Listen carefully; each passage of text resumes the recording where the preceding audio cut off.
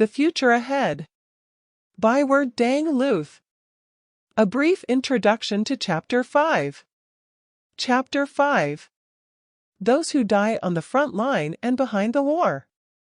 Each war battle has a front line, and Sudan's civil war's front line was in the southern part of the country. On the battlefield where our heroes fought, some were killed on the front line so we could have freedom. After the war, millions of people, children and the elderly, and animals died from a lack of food.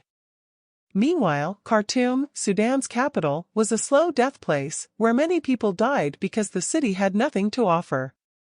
People who came from the south did not have the skills, hence, joining the workforce. People were living in displaced camps, also known as refugee camps, surrounding the capital. Refugees is the name given to those who run away from war. The South and the North were two different countries in terms of language and religious beliefs. People in North Sudan speak Arabic, while most people in the South speak a local African language or English. Sudan was divided even before the actual separation on July 9, 2011.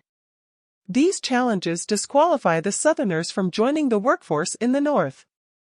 Also, most places were not accepting Southerners to work because of religious laws. Most businesses are owned by Muslim believers and do not allow Christians to lead their companies or organizations.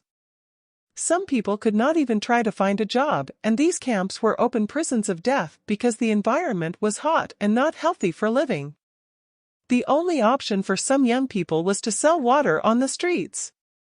Another job was selling water to residents that carried it on the back of a donkey and its two barrels joined, and each barrel held 6 gallons of water. These were the means of living.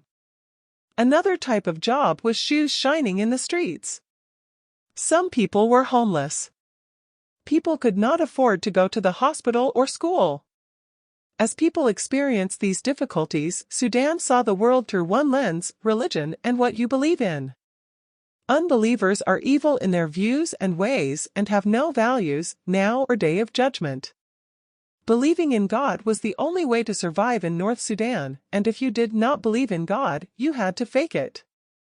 And those who do not believe in God considered being evil and losers. We were refugees in our own country and land. Religion caused Sudan's division, and that remained a dark place in Northeast Africa forever. Today, if you want to rent a hotel with your wife, you are required to have a marriage certificate to enter the hotel. In 1989, after the Islamic government came to power on June 30, things changed to 360 degrees. It became a worse time in Sudan's history. Sudan became two broken parts where people lived in two parallel worlds, believers and unbelievers. Unbelievers are enemies of the country, and they'll be punished in hell at the end of the world on the Day of Judgment. South Sudan lives in a dangerous neighborhood that sees the world as a one-way street in all the dark times. The war was in the past, but memories and impact were carried on, and these are not opinions but facts and experiences. South Sudan's crisis had a political structure that limited the South's development even before Sudan's independence in 1956. Inequality forced the South to go to war with the North. When people face unfairness, limited options of peace and freedom become less available, and violence and war become unavoidable. South Sudanese had no choice but to engage themselves in the war that destroyed everything, including values, cultures, and national identities. The South asked for equality in political opportunities and resource distribution by the laws. The Christians and blacks could not lead any position and could be only vice president or vice chair. You would expect the God-fearing people to do the right thing, including treating others human regardless of their beliefs, but surprisingly, that was not the case in Sudan's civil war. The war left nothing but death behind.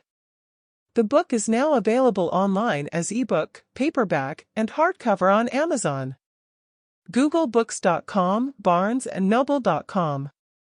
Get your copy today. For more information, visit us at www.onutime.com. Also, on my YouTube channel, Making Learning Accessible. Thank you. Word Dang.